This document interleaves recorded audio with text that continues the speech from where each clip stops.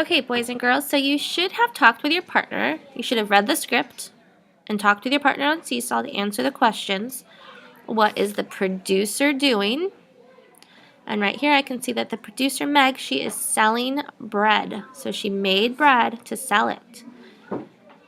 What is the consumer doing? I see that mom is shopping. She's the consumer.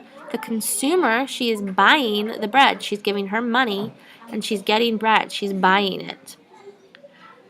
Who is the buyer and who is the seller? Well, the buyer is mom, so a consumer must also be a buyer. And the seller, Meg the baker, is selling her bread, so she is the seller, which is also known as a producer.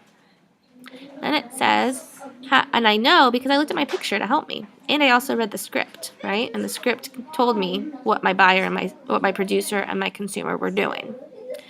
Then it says, how are the producer and consumer the same? Well, in this picture, I know that the producer and the consumer are both ladies, and they both have an interest in bread, right?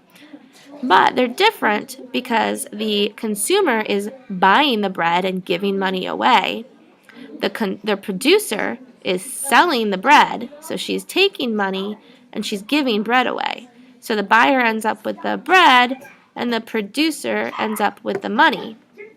The producer is the one that made the bread. The consumer is the one that is buying the bread. So those are some ideas of some answers you should have sent to your teacher on Seesaw. If you weren't quite sure about that, maybe you want to go back and pick another one of the learning choices as well. All right, make sure you sent this on Seesaw, and if you didn't understand, go back and pick another learning choice.